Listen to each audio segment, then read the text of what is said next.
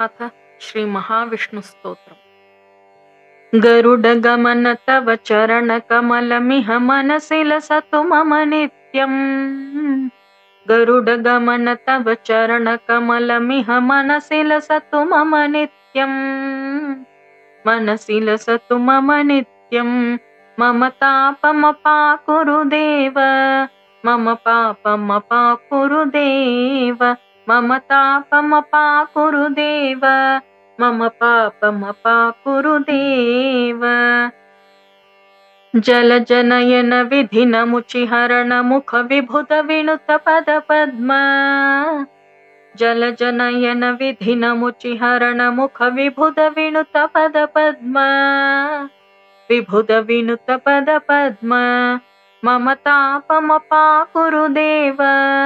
मम पापमपाकुरु देव। मम तापमपाकुरु देव।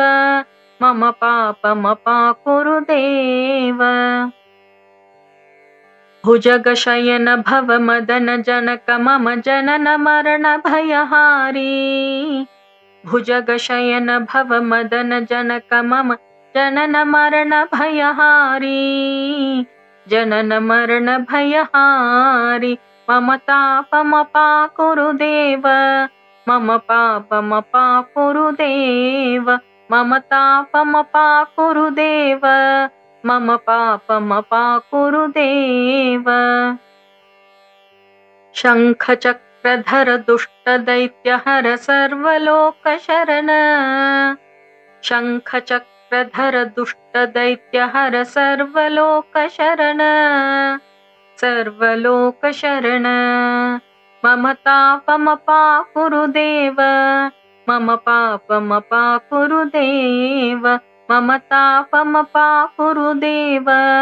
मम पापमपाकुरु देव। अगणित गुणगण अशरण शरण दविदलित सुररिपुजाल। अगणित गुणगण अशरण शरण दविदलित सुररिपुजाल। विदलित सुररिपुजाल। मम तापमपाकुरु देव। मम पापमपाकुरु देव। मम तापमपाकुरु देव। मम पापमपाकुरु देव। भक्तवर्यमिह भूरि करुणया पाहि भारती तीर्थम्। भक्तवर्यमिह भूरि करुणया पाहि भारती तीर्थम्। पाहि भारती तीर्थम्। मम तापमपाकुरु देव।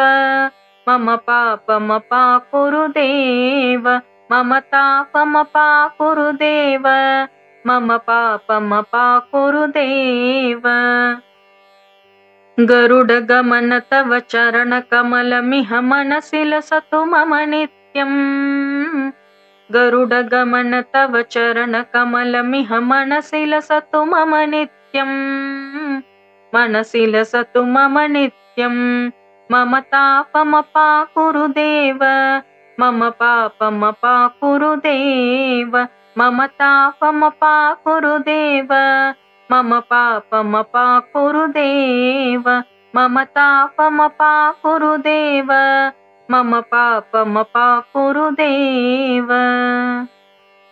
इति जगद्गुरु शृङ्गेरी पीठाधिपति भारती तीर्थ स्वामिना विरचितं श्री महाविष्णु स्तोत्रम संपूर्णम। எல்லோருக்கும் நமஸ்காரம். ஸ்ரீ குருப்யோ நமஹ. இன்னைக்கு நம்ம ஸ்ரீ மகாவிஷ்ணு ஸ்தோத்திரம் கத்துக்கிட்டோம்.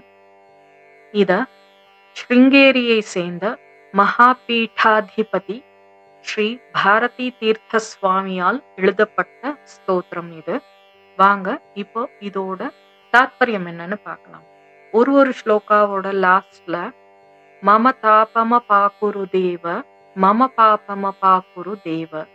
என்னுடைய எல்லா கஷ்டங்களையும் போக்குவாயாக. என்னோட எல்லா பாவங்களையும் போக்குவாயாக அப்படின்னு அர்த்தம். கருடன் மேல் அமர்ந்து உலகை சுத்துபவனே ஸ்ரீ மகாவிஷ்ணுவே, உன்னுடைய கால்கள் தாமரை போன்று இருக்கிறது. நீ எப்பொழுதும் என் மனதில் பிரகாசமாக ஜொலிப்பாயாக. உன்னுடைய கண்கள் கூட தாமரை போன்றே இருக்கிறது. பிரம்மா, இந்திரன், சிவன் மற்றும் பக்தர்கள் உன்னை பூஜிக்கின்றார்கள். சேஷன் மேல் சயனம் கொண்டு இருக்கும் மகாவிஷ்ணுவே, நீ கொடிய அசுரர்களை வதம் செய்கிறாய். மனதில் மறுபிறப்பு என்ற ஒரு பயத்தை நீ நீக்குகிறாய். கையில் சங்கு சக்கரத்தை ஏந்திக் கொண்டு கொடிய அசுரர்களை வதம் செய்கிறாய். உன்னில் எண்ண முடியாத அளவுக்கு நிறைய நல்ல குணங்கள் இருக்கின்றன. யாருக்கு ஆதரவில்லையோ அவர்களுக்கு ஆதரவை கொடுக்கிறாய். உன்னுடைய பரம பக்தனான பாரதி தீர்த்த சுவாமியை எப்பொழுதும் நீ கருணையோடு காப்பாற்றுவாயாக, எங்களையும் காப்பாற்றுவாயாக அப்படின்னு சொல்லி இந்த தாத்பரியத்தை முடிக்கிறோம். நன்றி.